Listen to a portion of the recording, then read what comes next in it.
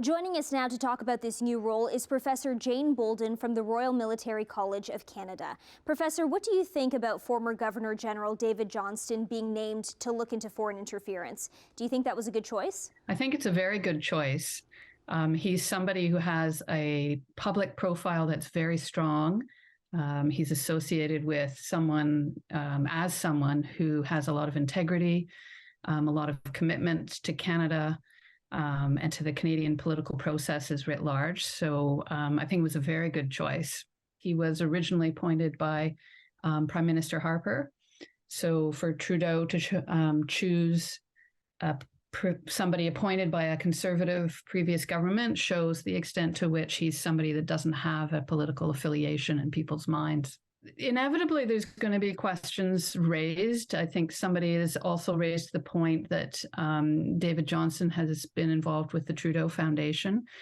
And so, I mean, if he's a close family friend, then that does raise issues. My sense, which is only a sense, is that's not the case. From your understanding of the process, how will this play out and how much will be shared publicly? I think it'll be a long process. These things, committees and these kinds of government processes usually are. That can be a positive because there's a lot to go through. And if there isn't going to be a public inquiry, at least in this first phase, David Johnston will want to maximize the process and maximize the extent it's public. Having said that, there will inevitably be portions of it that won't be public and that shouldn't be public for national security reasons. And it's hard to say in advance what that will mean in practice. But obviously anything that's already unclassified is open for grabs.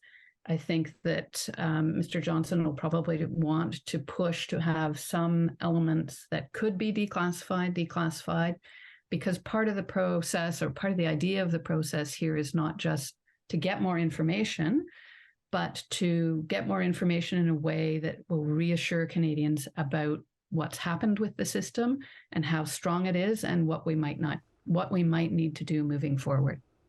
The Chinese Foreign Ministry spoke out about this today, saying Canada should stop making irresponsible remarks. Based on the CSIS leaks and media reports, do you think it's probable that China did interfere in the last two elections? I think it's probable, absolutely. I think there's sufficient, it's not just one allegation, it's not just a few minor allegations. I think there's sufficient evidence out there, including not just in the leaked reports, but including in those leaked reports, to suggest that, something's gone on and more than one kind of tactic has gone on. More broadly, in some ways, it's not surprising. Election interference isn't, in trying to influence elections is not new for big powers. The US has done it for years. It was particularly strong doing it during the Cold War. We know Russia does it, so it shouldn't be a surprise China does it too. I think the question is to what end for China and to what extent in Canada. And that's hopefully what we're going to find out. Thanks for joining us, Professor. Thanks for having me.